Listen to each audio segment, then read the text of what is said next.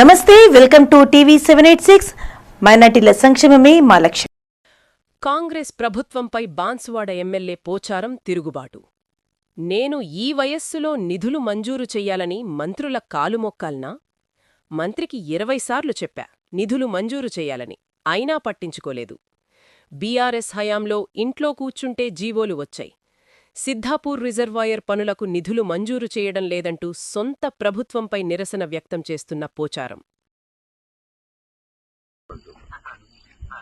నేనేమో ఎందుగా అంటే మొండిగా ఒక ఇంతకెళ్ళి అడుగు బయట పెట్టేటప్పటికి ఏమన్నా గాని సావని బతుకని నిర్ణయం తీసుకుందామని వచ్చిన యాక్చువల్ అయితే ఏమన్నా గాని అనుకుని వచ్చిన ఏదన్నా గాని ఫలితం దాందిగా అట్లా నిర్ణయం గట్టిగా తీసుకుని వచ్చిన నేను ఎన్నిసార్లు చేయాలంటే చేస్తూ పూటలు లేపి మేము కొత్తసారి చూస్తున్నాను. నేను మంత్రి చేసిన 20 ఏళ్ళు ఈ అమ్మ ఇట్లా ఫోన్ చేస్తే లేపుతుంటే రాత్రి 1 గంటలు లేపుతుంటే ఫోన్ నేను అది ఎమ్మెల్యేల ఫోన్ లేపారండి వీళ్ళు. ఈ అమ్మ దరిద్రం పాడైపోయి మేము పనులేగా చేస్తామండి, ఫోన్ లేపండి మజాకు చేస్తామా తమాషాగా చేస్తామా ఏమన్నా?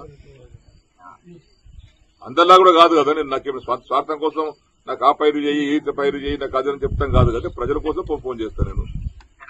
ఇక మాలాంటి వాళ్ళకు కూడా రెస్పాన్స్ లేకపోతే ఎందుకండి ఇంకా ఈ రాజకీయం పాడైపోయింది, దళిత రాజకీయం.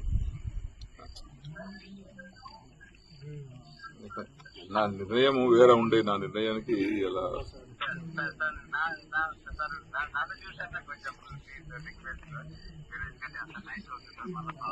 ఏమైతే నైట్ అయితే ఏముందండి, జంగల్లో ఉన్నాం, జంగల్లో వండుకుంటాము, కూడా చంపుతాం బతాం ఏముంది అంతకన్నా మీకు ఒకనాడు వచ్చినా కూడా వస్తాం, ఒకనాడు పోయేది ఒకటే పోతాం, ఇంకేమున్నది ఎప్పుడో పోయేది.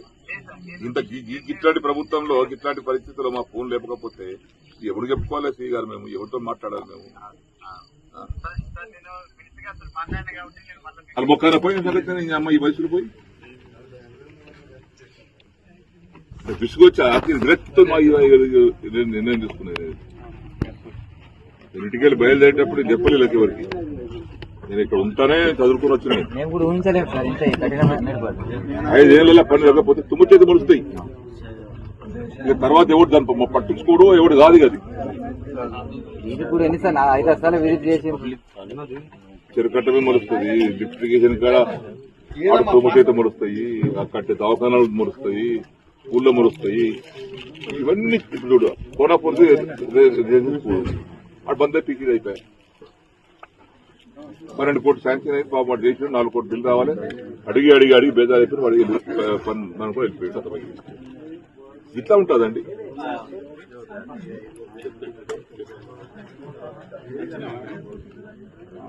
నర్సింగ్ కాలేజ్ వాడు 15 కోట్లు రావాలి సార్ పని పని చేసుకోవద్దా అంటే నిన్నే మారింది కదా, మారింది కదా, నేను టెండర్ ప్లాన్ చేసుకుంటాను. వాడిని బతుకులాడుకో నీకు ఎదుగురా, నిన్ను బండి నిన్న మారింది కదా, అది నేను ఉంటా కదా ఏం పడంటే వాడు స్టార్ట్ చేసి రూపాయి లేదు. మా బిల్లు వస్తుంది, ఏం చేయాల్సి ఏమనుకుని కట్టాలి సార్ వాడు అంటున్నాను. ఇవి ఇప్పుడు అప్డేట్స్. మరిన్ని అప్డేట్స్ కోసం స్టే ట్యూన్డ్ విత్ టీవీ 786.